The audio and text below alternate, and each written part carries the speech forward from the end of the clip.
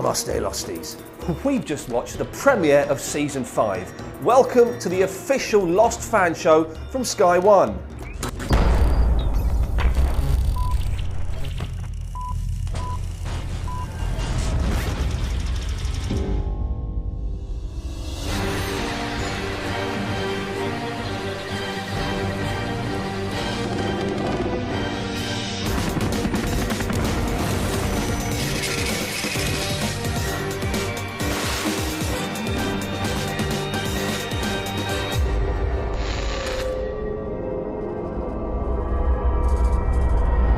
Look who's here. It's Paul Terry, the editor of the official Lost magazine. Or have they sacked you yet? No, it's still there. It's still there. Yeah. And everyone, this is what he looks like. It's Geeky Tom. Hello. We've just watched Lost.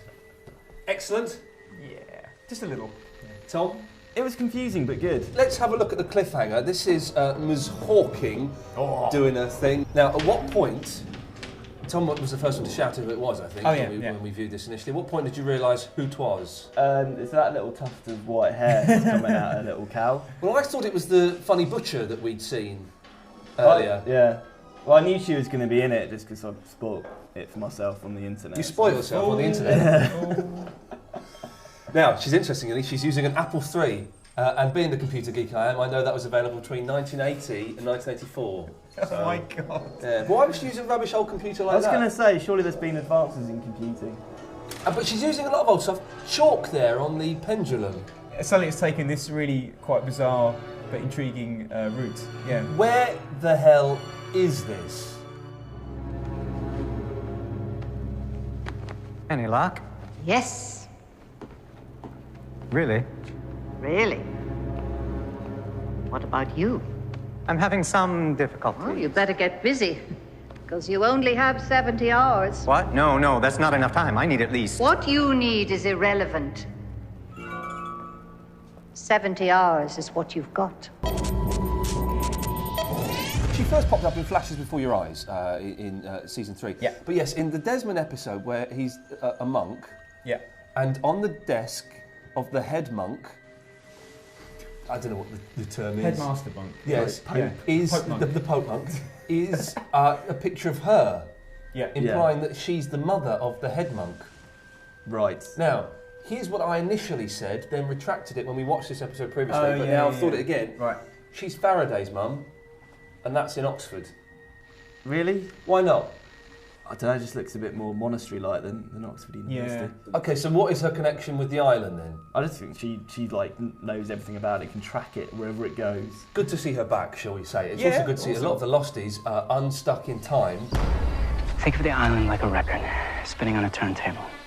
Only now, that record is skipping. Whatever Ben Linus did down at the Orchid Station, I think it may have dislodged us. So they're jumping through time. I thought that when Ben turned the shoddy-looking wheel, that they would just jump into a specific place in time, but they are jumping through time. Yeah, but you said that. Who's moving through time? Is the island moving through time, and are they stationary at that point, or are they moving through time, but the island is staying at that point? I don't think we know yet, really. It's a bit of a... Well, we do know. Go on then. They're moving through time. The Losties are moving through time because there's the bit when Ethan Rom, other man, shoots Locke. Don't turn your face up, roll your eyes at me just 'cause I've done something clever. Yeah, that's all right. When Ethan Rom shoots John Locke in Right. the leg and is about to shoot him again, Yeah. but then he doesn't jump through time. Yeah, but think of it like, okay, like this is the island, Yeah. and like, here we go. I don't know. Go on, use it. It's Locke. Tell it we're in. Okay. This looks a bit more, professional. Yeah. But, so, time, are they moving through time and the island is sort of like moving underneath them, or is the island moving underneath them while they're stationary? That's what I can't get my head around. That's Which why thing is they stationary? don't know Yeah, yet, do they? I've Okay, explained, where did I've the- just explained time travel on... But the island physically moved at the end of the last season. It physically moved. Correct. Is it but through possible? time, so how can you physically... Time and space. Yeah. TARDIS. How? Ziggy. So there is a possibility at some point that the Losties could encounter the Losties. Well, that's happened on loads of time travel stuff, isn't it? You've had we don't want to bring up Red Dwarf again for your sake. Oh, you know. God, no, don't. But that's what are the time travel things where you met yourself, or can they meet themselves? How's that gonna? Come on, you are like the resident time travel expert. I've been out of practice, so it's making my head hurt. Well, what did you say? String theory. It's like I didn't say anything about string theory because that's nothing to do with time travel, isn't it? Faraday mentioned the strings. Oh no, sorry, not string theory. A piece of string. Yeah. So elaborate on that. I don't think what. Well, I know that it's the rules, isn't it? Where he said that there's a set of rules which you cannot break, which is basically time travel is a constant, which you can't change time, except for, obviously for Desmond, he's special, who can send memories back. You're doing this thing where you just let me ramble for ages. I'm listening. So I don't want to bring up then what in the beginning of the episode 1, why is Faraday then working underground with Dr. Marvin Candle and doing all that? So does he think he's influencing time, or is he? But has he been going through time? I think unwittingly, or I think that's a shot from the future point in the show where the incident in the hatch, or when they built it or something. That's the thing, we don't know which bits what time frames we're looking at. Do we? Well, can I just say, having been on the island of Hawaii on the set of Lost and seen them filming episode 9, I sort of know what happens. I sort of know. You bugger. But I've signed a $5 million contract that says if I tell anyone, I can get sued by Disney. So, Paul, let's pick some favourite clips. What was your favourite moment? Oh, Desmond. Absolutely, the return of Desmond. Come on! Whoa! Don't shoot. Then you best explain why you've been banging on my door for the last 20 minutes, brother. It must have happened in the past that he saw Faraday. Well, that's what we're freaking out about. No, but that's the whole point, is that he's special, he's different. Right.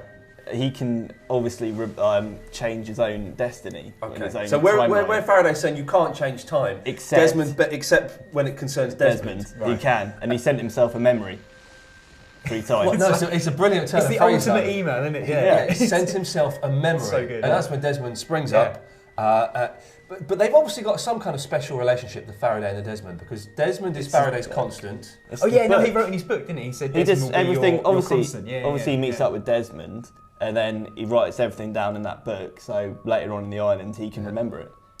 We see Faraday, we mentioned, is working with Marvin Candle. Does he somehow learnt how to control the time? But is he working with him, or is he just there? Is he actually working with him, or is he just kind of there? I think they're doing something. They have a plan. This station is being built here because of its proximity to what we believe to be an almost limitless energy. And that energy, once we can harness it correctly, it's going to allow us to manipulate time. When they did the scan of the wall, there was another one of those donkey wheels in there. Well, I thought that was the original donkey wheel. Yeah, I thought that was but that was a different hatch. Surely. There was no hatch there. They hadn't built the hatch. But they were building the original one, the Orchid. No, they said there's trouble over the Orchid. That's under the Orchid. Oh, I was thinking of the Swan again, wasn't I? Yeah, you and your swans and orchids, tropical plants, animals. But surely it was really cold in there rather than hot. So when they were drilling it, What's your favourite clip, Tom? Why there's a dead Pakistani on my couch? Why is there a dead Pakistani on my couch? We should get some ringtones. I'm sorry, it's got to be that one. I'm not going to let you pick that. What's your next favourite? It's when that horrible Neil guy gets hit with an arrow. Shut up, Neil. You hear what I just said? We can't even get fire! Annoying Neil dies in a ball of flame. That was wicked though. Oh. It was like the orcs attacking, wasn't it? Do you think there's a chance we're going to see Dr. Arzt again? I hope so. Oh, he's my favourite. He's my favourite of all the characters. So Neil gets a flaming arrow in the chest. Who do we think is sending those? Because I think I know who it is. Well, it's got to be like the others in the sense of when we first met the others. It's very sort of old-fashioned tools. Very old-fashioned tools. So keep thinking along that line. It's the crew of the Black Rock. No. That's why. Well, no, not completely no. But it seems a bit too. That's going a bit too far back. Why wouldn't they're jumping through time? It's not just restricted to a 30-year. I know, but are there restrictions? Maybe there are restrictions of your It seemed like there were 2 time points they're jumping between, isn't there? The one that's at night, which is the plane there? The plane's it's a really old plane, isn't it? There's several time points at least we can reference here. Yes, okay. So there's the plane crashing. Yeah. There's the plane on the floor. Oh, and there's some soldiers from what looks like the 1940s or 1950s. That's the thing. I think that's all one time period, and those soldiers are on there, blatantly probably something to do with Widmore. If you want to contact us, you can send an email to, I've got to get this right because it's a different email address. Okay. Lost on Sky 1, it's the number 1, at sky.com. Lost on Sky 1 at sky.com. We've got time to talk about Locke. Oh, yes. Always good to see Locke. Looking a little bit old. I thought initially that he wasn't jumping at the same time as the others, and perhaps he still isn't. Although he meets up with Sawyer and Juliet at the end. Is he jumping with them? Well, that would answer the question, wouldn't it? Whether they're jumping in time or the island is. Output, again, seems to be in control of stuff. Gives Locke the compass that we see. It is the compass, isn't it, that we see when he meets Baby Locke and says, "Do you recognise these things?" Oh yeah. Because it's the compass that he had to choose. What did he choose? He didn't choose. Oh, wasn't he scribbling a black smoke monster as well when he was a little kid? Yeah. What looked like a black smoke monster. So well, hang on. Maybe we're closer to answering that. Okay, here's something for you kids to digest. Go on. You know Aaron? Yeah. Is he Locke? What? Everything I'm saying, I'm getting the laughs today. No, I like it, but it's a bit... How else would Baby Locke know about smoke monsters? I don't know, but why Aaron is he was too young, though, to know about smoke monsters. And has Aaron even seen smoke monsters? As a baby? What, through the tummy wall? Oh, you're an idiot, but... Tell you what Aaron could be, though. Yeah. Like, Aaron and Son's daughter could be Adam and Eve. Like that. The Adam and Eve that we saw in Series 1 when they go to the caves. Yeah. And they're... Well, I still think the Adam and Eve is Desmond and Penny. You're really sure of it, aren't you? $5 million. $5 million. Oh, yeah. I don't know that. I don't know that. That's only my theory. Next time we see each other, I'm not going to recognize you. All right? You give me this. All right. What is it? It's a compass. What does it do? It points north, John. And look, I wish I had time to be more sensitive about this because it's a lot to swallow, but you need to know it in order to do what you got to do, so I'm just going to say it, okay? The only way to save the island, John, is to get your people back here. How does Albert there, when he's talking to Locke, know that the next time they meet, he won't know Locke because that's going to have happened before that point? Maybe the first time that Albert meets Locke is this next jump where Locke goes, here's a compass, and Albert will have exactly the same compass, and he'll go, oh. Well, they can't have the same compass. There's only one compass. Yeah, but how would he know where it would jump to? Yeah, like you say, how would he know that the next time jump would, yeah. And Albert will go like, oh, I've got to keep this compass because later on I'm going to give it to you to give to me. So. Well, I don't know. My mind has been blown, and I hope yours has as well. Okay, we're going to be back with our midweek edition, which is going to be released Wednesday night, just to tide you over until the next episode of Lost on Sky 1. We're going to be looking at our scene of the week. And we're going to have your emails, your questions and theories. If you want to get in touch, the email address is lostonsky1 at sky.com. Join us Wednesday night, same place, sky.com/lost. Go on, Paul, do the ending. Namaste. Who's got a secret room in a secret room in a regular house in a secret town on a secret island? That's Benjamin Linus.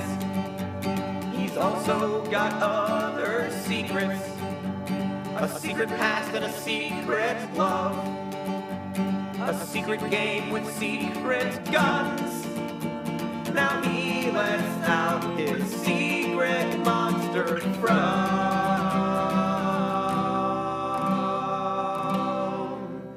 the secret room in the secret room in the regular house in the secret town on the secret island. That sounds like Benjamin Linus, who traveled space and time. Benjamin Linus, who's really hard to find. Benjamin Linus. Now look at baby cry as regular Ben Linus. Now look at baby cry as little Benny Linus. Now look at baby cry as actual baby Ben Linus. Never trust the lies. Henry the Gay, in the numbers, and Benjamin Linus coming for you, and I was born on this island. Of Benjamin Linus.